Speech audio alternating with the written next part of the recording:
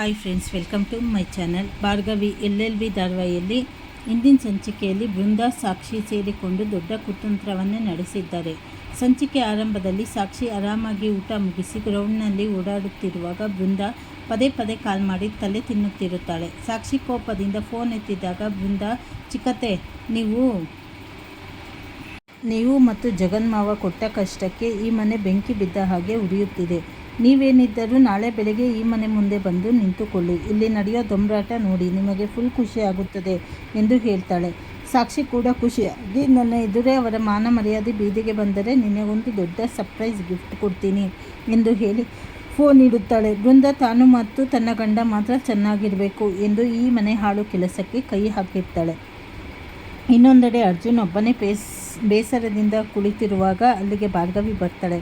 ಅರ್ಜುನ್ ತುಂಬ ನೊಂದುಕೊಂಡು, ನನ್ನ ಡ್ಯಾಡಿ ಇಡೀ ಸಿಟಿಗೆ ನಂಬರ್ 1 ಲಾಯರು, ಅವರು ನನ್ನ ಹೀರೋ, ಅಂಥದ್ರಲ್ಲಿ ಇವತ್ತು ಅವರು ಇಷ್ಟೊಂದು ಕಷ್ಟದಲ್ಲಿದ್ದರೂ ಮಗನಾಗಿ ನನಗೆ ಸಹಾಯ ಮಾಡಲು ಆಗ್ತಾ ಇಲ್ಲವಲ್ಲ ಅಂತ ಹೇಳಿ ನೋವಾಗ್ತಾ ಇದೆ ಎಂದು ಭಾರ್ಗವಿ ಮುಂದೆ ಕಣ್ಣೀರು ಹಾಕ್ತಾನೆ. ಭಾರ್ಗವಿ ಅವನಿಗೆ ಧೈರ್ಯ ತುಂಬುತ್ತಾ, ಕಷ್ಟ ಬಂದ ತಕ್ಷಣ ಸುಖ ಬರದೇ ಇರುತ್ತಾ ಪಾರ್ಥ, ಜಗನ್ಮಾವ ಮಾಡಿರೋ ಮೋಸವನ್ನು ನಾವು ಯಾವುದೇ ಕಾರಣಕ್ಕೂ ಮರೆಯಬಾರದು. ಮಾವನ ಆಸ್ತಿಯನ್ನೆಲ್ಲ ವಾಪಸ್ ಕೊಡಿಸುವುದೇ ನಮ್ಮ ಮುಂದಿನ ಗುರಿ. ಕೋರ್ಟಿಗೆ ಹೋಗುವುದಕ್ಕಿಂತ ಮುಂಚೆ ಎಲ್ಲ ಪೇಪರ್ಸ್ ರೆಡಿ ಮಾಡಿಕೊಳ್ಳುತ್ತಿದ್ದೇನೆ. ನಾನು ನಿಮ್ಮ ಬೆಸ್ಟ್ ಫ್ರೆಂಡ್ ಆಗಿ ಸದಾ ನಿಮ್ಮ ಜೊತೆ ಇರ್ತೇನೆ ಎಂದು ಅರ್ಜುನ್ ಬೆನ್ನು ತಟ್ಟುತ್ತಾಳೆ. ಅಷ್ಟರಲ್ಲಿ ಹೊಸ ಬಾಡಿಗೆ ಮನೆಗೆ ಓನರ್ ಬರ್ತಾರೆ. ನಿರ್ಮಲಾ ಇದ್ದ ಜಾಗಕ್ಕೆ ಬಂದು, ನಾನೇ ಈ ಮನೆ ಓನರು, ಮನೆ ತುಂಬ ದೊಡ್ಡದಾಗಿದೆ, ಇಟಾಲಿಯನ್ ಕಿಚನ್ ಇದೆ ಎಂದು ಹೊಗಳಿಕೊಳ್ಳುತ್ತಾ ಮೊದಲು ಬಾಡಿಗೆ ದುಡ್ಡು ತಂದು ಕೊಡಿ ಎಂದು ಗದರಿಸುತ್ತಾರೆ. ನಿರ್ಮಲಾ ತಕ್ಷಣ ಬೃಂದಾಳನ್ನು ಕರೆದು, ಅರ್ಜುನ ನಿನ್ನ ಕೈಗೆ ಬಾಡಿಗೆ ದುಡ್ಡು ಕೊಟ್ಟಿದ್ದಾನಲ್ಲ, ತಕೊಂಡು ಬಾ ಎನ್ನುತ್ತಾಳೆ. ಆದರೆ ಬೃಂದಾ ತನ್ನ ಪ್ಲಾನ್ ಪ್ರಕಾರ, ಚಿಕ್ಕತ್ತೆ ಆ ದುಡ್ಡು ಕಾಣ್ತಿಲ್ಲ ಎಂದು ಸುಳ್ಳು ಹೇಳಿ ನಾಟಕ ಆಡ್ತಾಳೆ. ಇದರಿಂದ ಓನರ್ ಸಿಟ್ಟಾಗಿ, ಇಬ್ಬರು ಸೇರಿ ಕಳ್ಳಾಟ ಆಡ್ತಾ ಇದ್ದೀರಾ ಎಂದು ಬೈಯುವಾಗ ಸಾಕ್ಷಿ ಎಂಟ್ರಿ ಕೊಡ್ತಾಳೆ. ಸಾಕ್ಷಿ ಬೇಕಂತಲೇ ಓನರ್ ಎದುರು ನಿರ್ಮಲಂಗೆ ತೀವ್ರವಾಗಿ ಅವಮಾನ ಮಾಡ್ತಾಳೆ. ಆ ಮನೆಯಲ್ಲಿದ್ದಾಗ ಆಸ್ತಿ ಒಡವೆ ಎಲ್ಲ ನೀನೇ ಇಟ್ಕೊಂಡಿದ್ದೆ, ಈಗ ಬಾಡಿಗೆ ದುಡ್ಡನ್ನು ನೀನೇ ಬಚ್ಚಿಟ್ಟುಕೊಂಡಿದ್ದೀಯಾ, ಇಷ್ಟು ಚೀಪಾಗಿ ಬಿಹೇವ್ ಮಾಡಬೇಡ ಎಂದು ಚುಚ್ಚಿ ಮಾತಾಡ್ತಾಳೆ. ಓನರ್ ಕೂಡ ದುಡ್ಡು ಕೊಡದಿದ್ದರೆ ಇವರನ್ನು ಬೀದಿಗೆ ಹಾಕ್ತೀನಿ ಎಂದು ಆರ್ಭಟಿಸ್ತಾರೆ.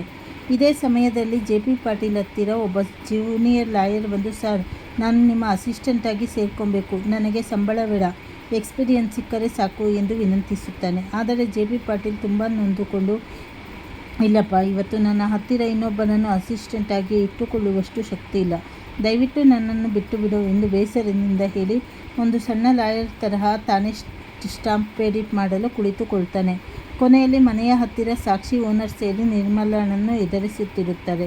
ಬೃಂದಾ ಬೇಕು ಅಂತ ಓನರ್ ಎದುರು ಜಗಳ ಆಡುತ್ತಾ ಪರಿಸ್ಥಿತಿಯನ್ನು ಇನ್ನೂ ಕೆಡಿಸ್ತಾಳೆ.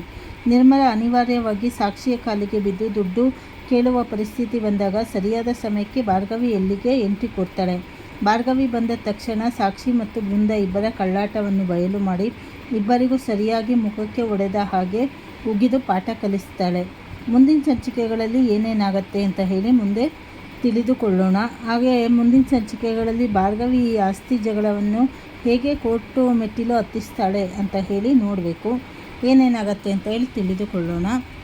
ಹೊಸದಾಗಿ ಯಾರ್ಯಾರು ಚಾನಲ್ ನೋಡ್ತಾ ಇದ್ದೀರಾ ಚಾನಲನ್ನು ಸಬ್ಸ್ಕ್ರೈಬ್ ಮಾಡ್ಕೊಳ್ಳಿ, ಲೈಕ್ ಮಾಡಿ, ಶೇರ್ ಮಾಡಿ, ಹಾಗೆ ಸಪೋರ್ಟ್ ಮಾಡಿ. ಧನ್ಯವಾದಗಳು.